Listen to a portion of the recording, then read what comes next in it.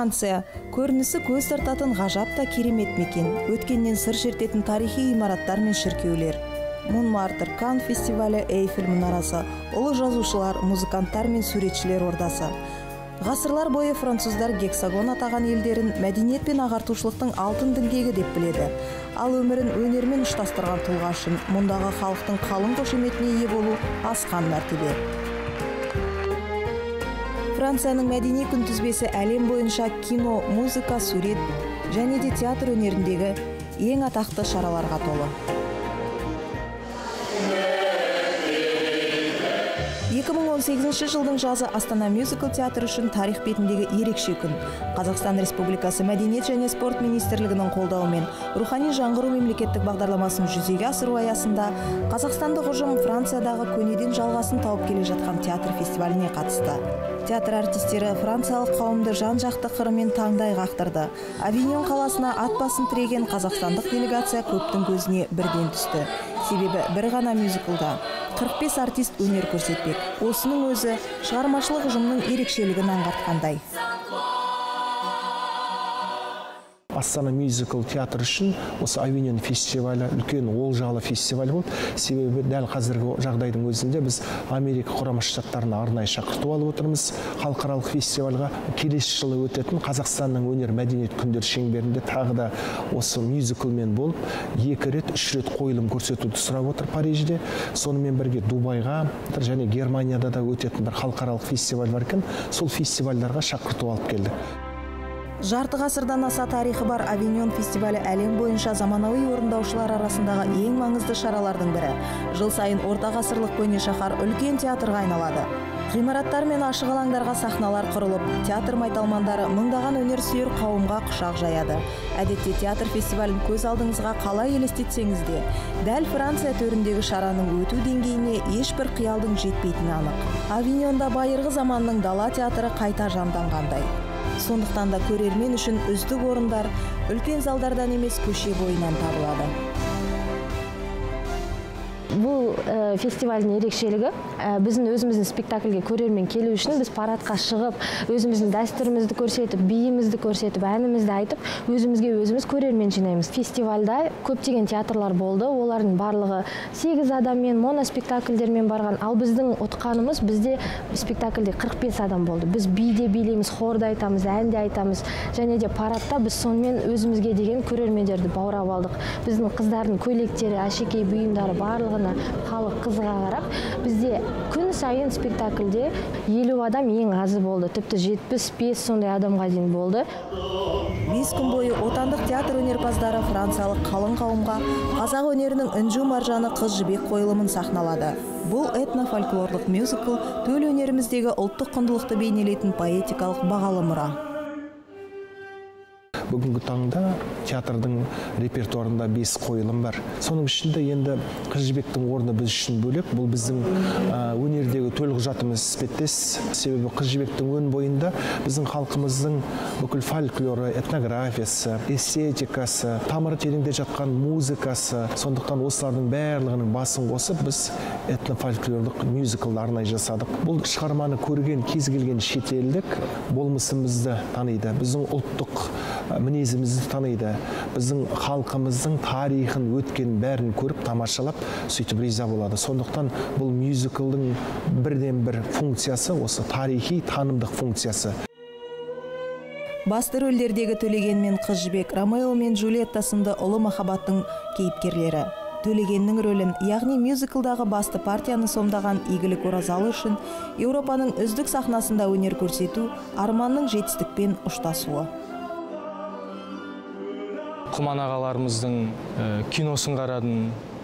Мен ойладым, осы кісінің қайталап кетпесем екен, басқаша жағынан көрсетсем екен.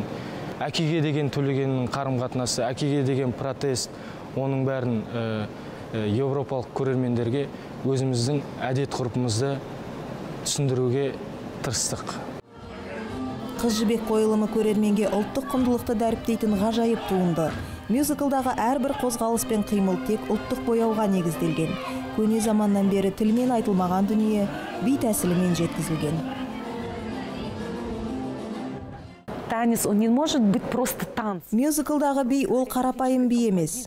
Хореографиялық композиция драматургиялық спектакльге арқау болатын өнер. Қозғалыстар мен қимылдар сөйлем ортасында бітіп қалуы мүмкін. Бірақ бидің нүктесі міндетті түрде болады. Яғни би бөлек өнер емес, ол спектакльдің бір бөлігі. Мюзикл бұл диалог пен әннің, музыка мен шоудың бір арнада тоғысқан өнері. Сол себепті Астана мюзикл театрының артистері үшін бір ғана өнерді меңгеру аздық етеді. Шығармашылық ұжымдағы әрбір актердің бойында актерлік таланттан бөлек вокалдық, акробаттық қабілетте болуы міндетті. По духу, который... Салыстырмалы түрде айтатын болсақ, жігіттердің рөлін сомдаушылардың кейбір қимылдары балет артистерінен де асып түсті. Сонысы маған өте қатты ұнады. Себебі биді жеткізудің өзіндік академиялық тәсілі бар. Ал біздің артистер рөлді қалай сезінсе, биді де солай орындап шығады. Айқайлау керек болса, айқайлайды. Қандай да бір қалыпқа тұру керек болса, сол сәтте тұра қалады. Бәлкім бұл академиялық сахна үшін артық та шығар, бірақ мұның барлығы Қыз жібек фестивалінде керемет үйлесім тапты. Инабат Ризабекова Астана мюзикл театрында 2 жылдай жұмыс істеп келеді. Сұлулық пен ізгіліктің, махаббат пен адалдықтың символына айналған жібек рөлі Инабаттың бұл ұжымдағы алғашқы рөлі. Өзіміздің қарагөз қазақтарымыз келді, сол жақта бәленбай жыл бойы тұрып жатқан. Сол кісілер келіп көздеріне жас алып, спектакль өте жақсы болды деп, тек қана қазақтар емес, басқа ұлттар да жалпы субтитрсыз-ақ біз спектакль не жайлы болып жатқан түсіндік деп. 1 минутта ішпыстырарлық уақыт болған жоқ, барлығы өте керемет болды деп өздерінің пікірлерін айтып жатты. Астана мюзикл театры 2016 жылы құрылды. Шымылдығы күні кеше ғана ашылса да, жетістіктері айтарлықтай. Театрда 70 шақты жас талант жұмыс істейді. Олардың көбісі үшін үлкен сахнада өнер көрсетіп, шетелдіктерге ұлттық өнердің кереметін паш ету еңбек жолындағы алғашқы қадамдардың бірі. Тұңғыш еуропалық турне Париж, Берлин, Вена, Брюссель және Мәскеу қалаларынан бастау алды. 2017 жылдың желтоқсан айында Европаға қарай сапарға аттандық. Гастрольдік сапармен ең алғаш Францияда, Париж қаласында үлкен өнеріміз көрсеттік. Қыз жібекті біздің отандық қандастарымыз, француз халқы келді, халық өте лық толы болды. Ең үлкен сахнасында өнер көрсеттік. Ол сахнада Эдит Пиаф сияқты атақты әншісі өнер көрсеткен сахнада өнер көрсетіп бізге бақ болып бұйырды. Ұлттық қойылым терең философиялық ойға толы. Оның жарқынды, қарқынды сюжеті көрерменді бірден баурап алатыны тағы да бар. Көңілге қонымды музыка сахнаға жан бітіргендей. Мұның барлығы шеберліктің нағыз талантпен ұштасуының нәтижесі. Сан түрлі сахна мен қала. Алайда хас талант үшін өзгермейтін бір дүние бар. Ол халықтың ыстық ықыласы мен тың дүниеге қанат бітіретін жылы лебізі. Біздің театр жас театр. Бізде барлық әртістер жас. 21 жастан 25 жас аралығында, 27 жас аралығында өте жас театр болғандықтан творчестволық өмірдегі үлкен қадамдардың бірі деп айтсам болады. Ең алғаш Европаға шыққандар бар, бірақ ең бірінші рет көбіміз сол кезде шықтық. Өте қобалжу, бұл деген үлкен жауапкершілікті талап етеді. Қалай бізді қабылдайды екен, абыроймен ел намысын бермей, биікте өнер көрсету біздің мақсатымыз болды сол кезде. 2 жылғы тыңғылықты еңбектің бүгінгі нәтижесі көңіл қуантады.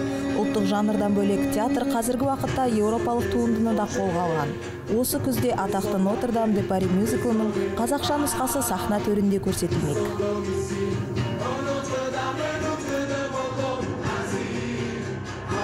Қазір Нотр-Дам де Пари бұл франшиза. Біздің мемлекетіміздің тарихында дәл осындай франшиза алу мюзикл жанрында бірнеше рет болып жатыр.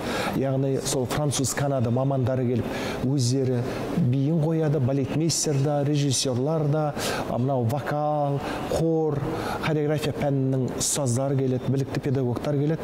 Бұл өз кезегінде біздің театрымыздың шығармашылық деңгейін өсіреді, өте жоғарылатады. Яғни шетелдік мамандармен біздің әртістеріміз ерекше жұмыс жасайтын болады. Қазірдің өзінде таңертеңнен кешке дейін дайындық жұмыстары жүріп жатыр. Астана мюзикл театры жаһандық мәдениет әлемінде өзіндік орны қалыптасып келе жатқан қазақ өнеріндегі ең сәтті жобалардың бірі. Орындаушылық өнердің шыңына жетуді көздейтін сахнаның бұл жас таланттары халықтың шынайы қошеметіне бөлену үшін аянбайтындары анық.